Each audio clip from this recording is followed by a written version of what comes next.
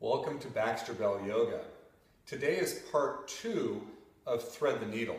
Thread the needle in part 1, I demonstrated with the foot on the floor or your foot on a block. And as I mentioned in that last video, thread the needle is a great pose for opening up the hips, stretching the deep gluteal muscles, and can be helpful for some people with lower back problems. Today you'll need a strap. You might want to have a blanket to pad your spine. And I'm going to show you these two variations. The first one is done when your hips are starting to get a little more open, but you're not quite ready to hold on to the leg with your hands alone. So the strap is helpful in that sense. And then the second variation is sometimes considered maybe the full version of the pose where you're actually going to hold on to your leg with your hands. So I'm going to come down onto my back to get ready. I have my strap handy. I'm going to come down with my knees bent, my feet on the floor. And I'm going to take my right ankle over my left knee. From here, I'm going to take my strap and place it behind my left knee. So my right leg is the top leg, the strap is behind the leg, and then I'm going to tip my legs into my chest. I'm going to walk my hands down the strap toward the back of my knee. Now let's assume that I'm pretty tight in the hips and I wouldn't be able to clasp my hands behind my knee without the strap's help. So this is very useful in getting me deeper into the stretch of my right hip without straining or causing my head to lift off the ground in order to grab onto the strap. So once I have that set, I'm going to pull the knee towards my left shoulder. I'm going to encourage my right knee away from my body. I can use my right forearm as I'm doing now to do that. My feet are flexed, and I'm just going to let my breath flow very comfortably for a couple rounds of breath.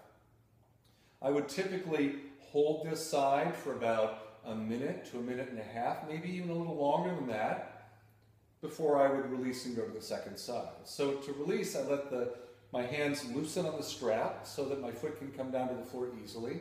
I uncross the leg and take the right leg up and give it a jiggle, lower it down, roll it in and out, and then I'm ready to do the strap on the second side. Crossing my left ankle over my right knee, I'll lift up and put the strap around the back of the right leg.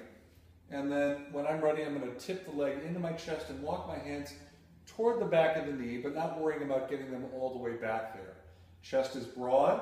I'm going to pull the knee in towards the right shoulder, encourage the left knee away from the body, and again, maintain the pose while breathing comfortably for somewhere between a minute to a minute and a half, possibly a little bit longer as my hips start to accommodate and allow for more stretch.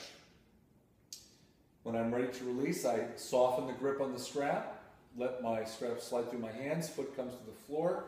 I'm going to take my strap, set it off to the side, take the leg up, give it a good shake, lower it down, and roll the leg in and out.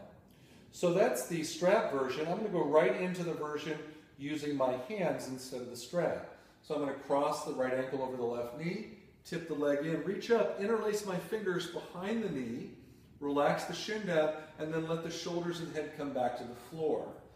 Drawing the knee a little bit towards the left shoulder, pulling in with the arms, pushing forward a little bit with my right elbow against my inner right thigh.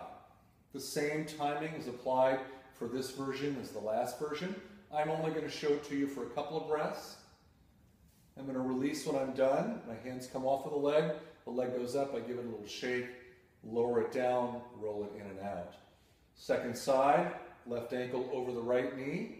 Tip the legs in, lift up, hold on. I'm interlacing my fingers back there, and then I'm releasing my shoulders and head back to the ground. If your head ends up like this, you either need a support for your head, or you might want to go back to using the strap a little longer. Draw the right knee towards the right shoulder, encourage the left knee away from your body, hang out for a minute, minute and a half. When you're done, release the clasp, let the right foot come down, take the leg up, shake it out. You might have to shake your wrists out. When you're finished altogether, come back up to sitting.